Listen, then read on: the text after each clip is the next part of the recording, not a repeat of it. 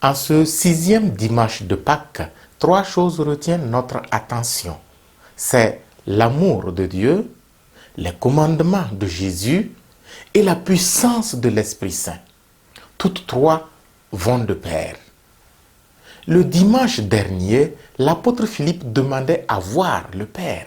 Et Jésus lui avait ouvert l'esprit et lui avait donné l'intelligence qui lui manquait pour s'ouvrir au grand mystère des grâces qui entourait déjà son existence en tant que témoin vivant d'un mystère indicible. L'apôtre Philippe vivait en présence de Dieu et ne le savait pas. Jésus lui avait répondu ainsi: « Il y a longtemps que je suis avec vous et tu ne me connais pas encore, Philippe. Qui m'a vu a vu le Père. » Il n'y a rien de tel pour créer une communion des cœurs entre Jésus et Philippe. Et c'est l'unité des cœurs entre Jésus et ses apôtres. Je dis ses apôtres parce que les autres l'ont compris également, que ce soit avant ou après l'apôtre Philippe. C'est l'unité donc des cœurs qui symbolise l'amour dont parle Jésus. Un amour transversal, du Père vers le Fils et du Fils vers les apôtres. Des apôtres vers le Fils et du Fils vers le Père. Ou encore, du Père vers les apôtres à travers le Fils, ou des apôtres vers le Père à travers le Fils. Cette symbiose est indispensable pour accomplir les mêmes œuvres que Jésus lui-même.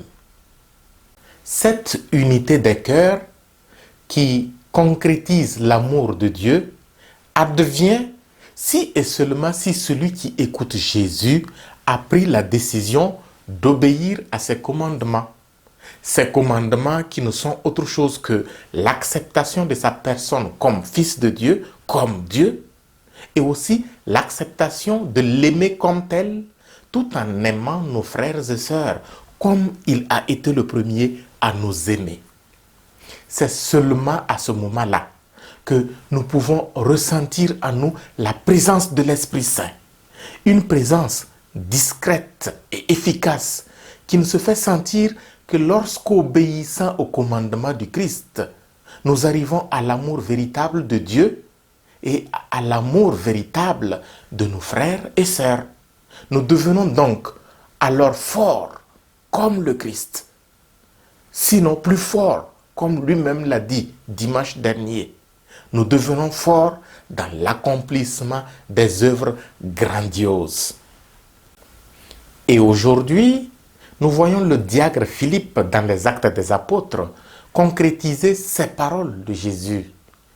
Il ne faut pas confondre l'apôtre Philippe et le diacre Philippe. Ce sont deux personnes différentes.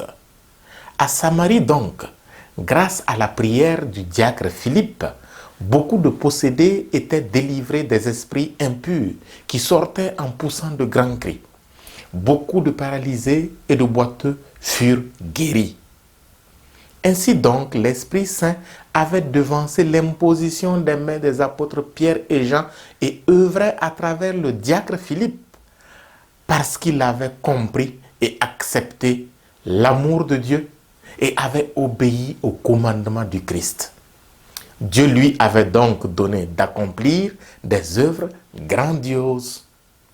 Puissions-nous, nous aussi, obéir au commandement du Christ, grandir dans l'amour de Dieu qui nous unit étroitement au Père et au Fils, pour que l'Esprit Saint puisse agir à travers nous en vue d'accomplir des œuvres grandes, belles et merveilleuses qui portent au salut nos frères et sœurs.